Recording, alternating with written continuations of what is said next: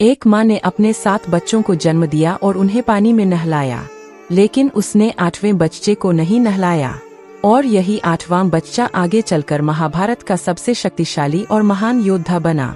क्या 7 बच्चों को पानी में नहलाना कोई मजबूरी थी या कोई सजा या श्राप था?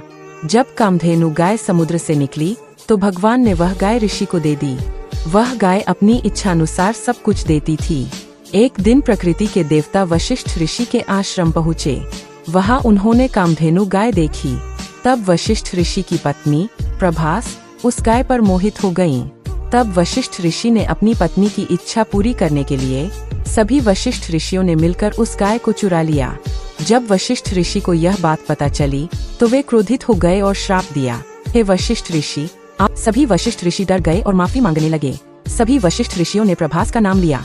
फिर वशिष्ठ ऋषि को उन 7 निर्दोष वशिष्ठ ऋषियों पर दया आई। तब ऋषि वशिष्ठ ने उनसे बोला, तुम 7 वशिष्ठ ऋषियों को जन्म देते ही तुम मुक्त हो जाओगी, लेकिन ये 8वां वशिष्ठ ऋषि है। प्रभास को मनुष्य बनकर लंबा जीवन जीना होगा। जब हस्तिनापुर के राजा शांतनु गंगा के मनमोहक सौंदर्य से मोहित हो गए तो उन्होंने उनके सामने विवाह का प्रस्ताव रखा। गंगा ने प्रस्ताव स्वीकार कर लिया, लेकिन एक शर्त रखी, मुझे किसी भी कार्य से मत रोको। अगर तुम ऐसा करोगे तो मैं तुम्हें हमेशा के लिए छोड़ दूंगा। शांतनु ने वचन दिया और दोनों का विवाह हो गया।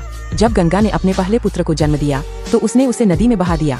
शांतनु अंदर से टूट गए, लेकिन वचन के बंधन में मौन रहे। एक एक करके 7 पुत्र हुए और गंगा ने उन सभी को नदी में बहा दिया। लोग शांतनु को निर्दयी माता कहकर पुकारते थे, लेकिन असल में गंगा उन 7 वशिष्ठ ऋषियों को श्राप से मुक्त कर रही थी। जब 8वें पुत्र प्रभास वसु का जन्म हुआ तो गंगा उन्हें फिर से नदी में ले गयी, लेकिन इस बार शांतनु इसे सहन नहीं कर सके। उसने उसे जन्म देने से पहले ही रोक लिया।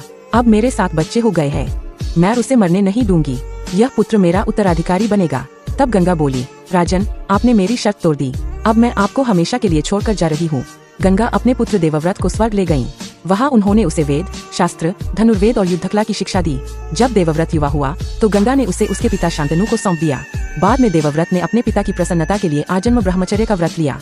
इसी व्रत के कारण उन्हें गंगा पुत्र भीष्म पितामह नाम मिला। तो मित्रों, अब बताइए कि महाभारत का सबसे महान योद्धा कौन था?